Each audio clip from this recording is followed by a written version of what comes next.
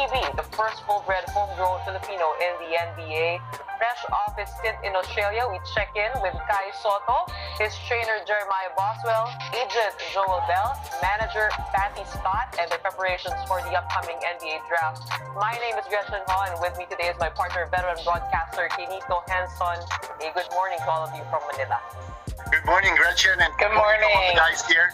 We're so excited to talk to Kai Sotto, and of course, the team that's behind him, the team that's behind trying to put him in the NBA. How's your training? Everything's going well. First couple of days, it was a bit struggle, a bit jet lagged, but my team around me helped me. I'm very happy with what we've done so far, and I'm looking forward to what we're going to do in the next couple of weeks. Thank you. Heritage, how does it feel to be now so close to being picked in the NBA draft? It's exciting because it's gonna be first.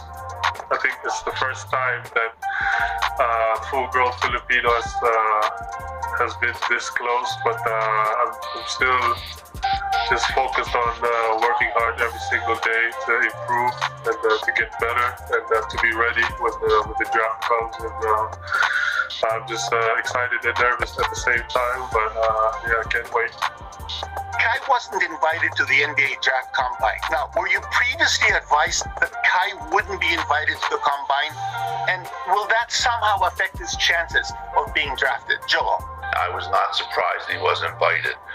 Teams that scouted Australia this year, which surprisingly, given the history of Australia sending players to the NBA, is not as extensive as one might imagine.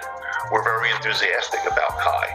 That's why we have so many teams that want to bring him in for individual workouts. And we actually already have commitments from at least one team that said, if he stays in the draft, we'll draft him. We have that already. What needs to be understood is there's a lot of sort of gamesmanship when it comes to the NBA pre-draft camp. Whether he remains in the draft or doesn't this year, that's going to be up to Kai and anyone he relies on for advice. And we need more information, which we'll have by June 13th. We don't have all that information right now because he hasn't visited NBA teams in person. I am strongly convinced, believe, that when he visits NBA teams in person, they're going to be kind of dazzled. Now, that doesn't mean that he's going to stay in the draft or not. That's going to be a decision he makes. But I'm very confident they're going to be pretty dazzled. Kai, how are you preparing for the workouts that are coming up? Are you watching tape now? Are you doing research? Tell us about your prep work in detail. As I said, Jeremiah has been helping me prepare, and I've been working out almost every day and working out twice a day. And just on the mental side, Jeremiah's been helping me, and he just gives me the confidence that when you prepare well, you're gonna do well. So in my workouts, he really pushes me on the court and on the weight room as well. So I think I'm confident with what I'm doing right now with the path I chose, and this upcoming weeks will be tough, but it will be exciting as well. So we've been working on just Kai as a whole, right? This week we're actually going to transition into what he's going to see at these team workouts specifically. And so we know his first workout, we know a conditioning drill that they do every time that every player is in there. We know the format of their workout. And so we're going to start getting into that a little bit this week with Kai. Don't want to overwhelm him, don't want to put too much pressure on each little drill either, but just he will know what he's walking into. So as a 7-footer, what do you think would be his edge? And how many have you seen the other 7-footers in the NBA draft?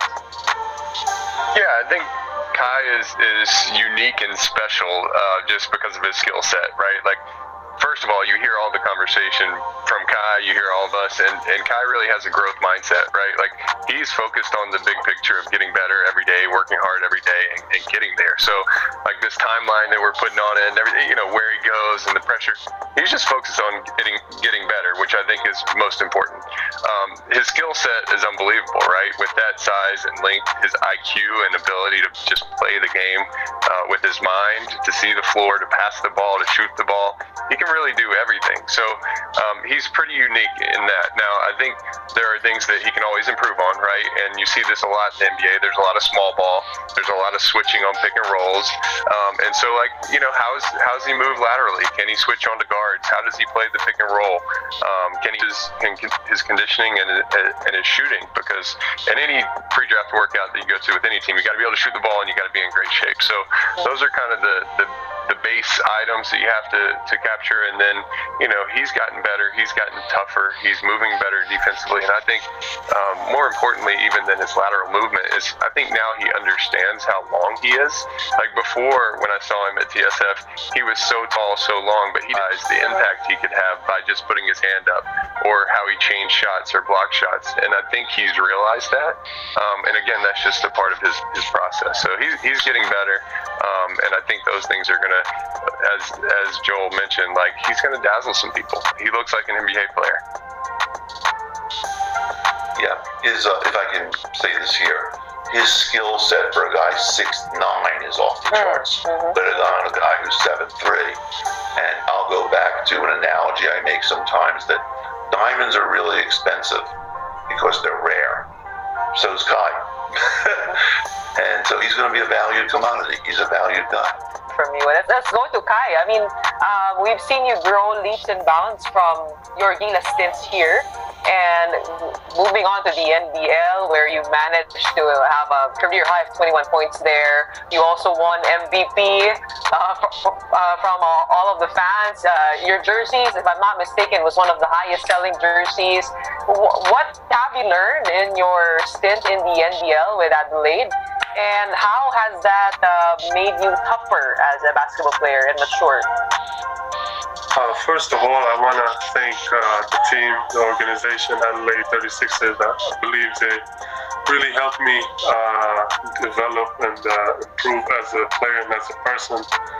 And living in Australia at first wasn't easy, but I just saw how they welcomed me as a teammate, as a player, and I'm just very happy, and I think I really learned a lot since day one till the end of the season.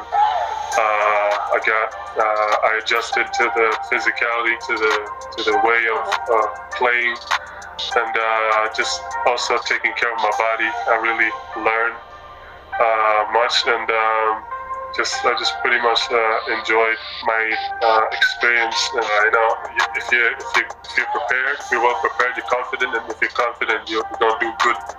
So that was my mindset in Australia. Ever since I played basketball, I just do my best to prepare, to do everything to be ready when the time comes. So that's what I've been doing, and that's what I'm doing right now. So yeah, I'm just excited for what's to come.